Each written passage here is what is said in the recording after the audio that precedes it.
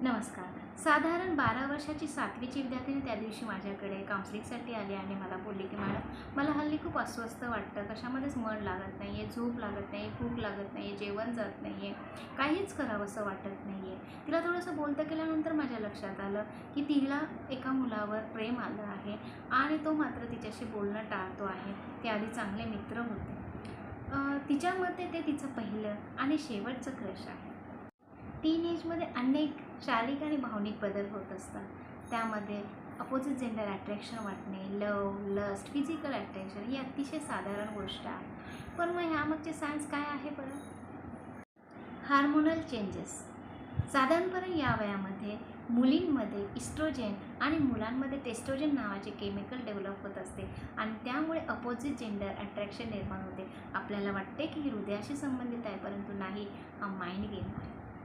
लव, lust, crush यामध्ये काय होते बरं? तर त्या व्यक्तीला आपल्याला पुन्हा पुन्हा पाहावंसे वाटते, त्याच्याशी जवळीक साधावीशी वाटते, पुन्हा पुन्हा बोलावंसे वाटते, नाही दिसलं तर अस्वस्थ वाटते. असं जर होत असेल तर आपली अवस्था दारुड्यापेक्षा वेगळी नाही. जसे दारू पिल्यानंतर ब्रेनमध्ये डोपामाइन नावाचे केमिकल डेव्हलप होते आणि त्यामुळे त्या व्यक्तीला आनंद वाटतो, प्लेजर वाटते आणि तो आनंद, तो प्लेजर पुन्हा पुन्हा अनुभवण्यासाठी तो व्यक्ती पुन्हा पुन्हा दारू पितो. अगदी हे कोणत्याही प्रकारच्या ॲडिक्शनमध्ये होते, म्हणजे ड्रग, सिगारेट वगैरे. थोडक्यात काय, तर तुम्ही या माइंड गेममध्ये फसत चालला आहात आणि यामध्ये भर टाकायला हल्लीचे मूवीज, सॉन्ग, सिरियल आहेतच. लव हॅपन वन टाईम. बहुसंख्य वेळा मुला आणि मुलींना असं वाटतं की हेच आमचं पहिलं आणि शेवटचं प्रेम आहे, पण हे सत्य नाही. कारण अट्रॅक्शनला प्रेमात रूपांतर व्हायला बराच काळ जावा लागतो.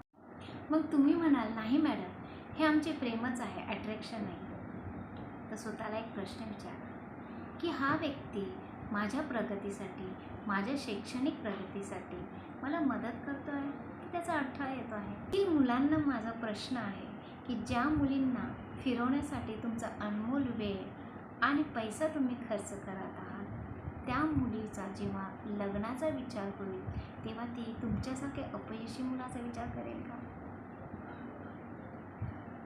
कोणतीही मुलगी जेव्हा लग्नाचा विचार करते किंवा तिच्या घरचे लोक लग्नाचा विचार करतात तेव्हा घर, पैसा, पॅकेज, सॅलरी याचा विचार करतात. हे कटू आहे पण सत्य आहे.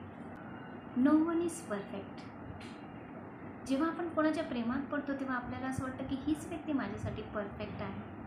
मग त्या व्यक्तीचे अनेक वाईट गुण आपल्यासमोर असूनही आपल्याला दिसत नाही. ती व्यक्ती मोठ्यांचा आदर करत नाही आहे, टीचरचा आदर करत नाही आहे, आपल्याला स्वतःला अनेकदा अपमानित करते, पण तरी ते आपल्याला दिसत नाही.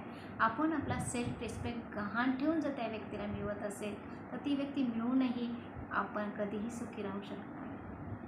आपला पार्टनर कोणा इतरांसोबत बोललेलं सहन होत नाही, पाहिलेलं सहन होत नाही, सतत त्याच्यावर वॉच ठेवला जातो, त्याच्यासमोर वेडेचाळे केले जातात.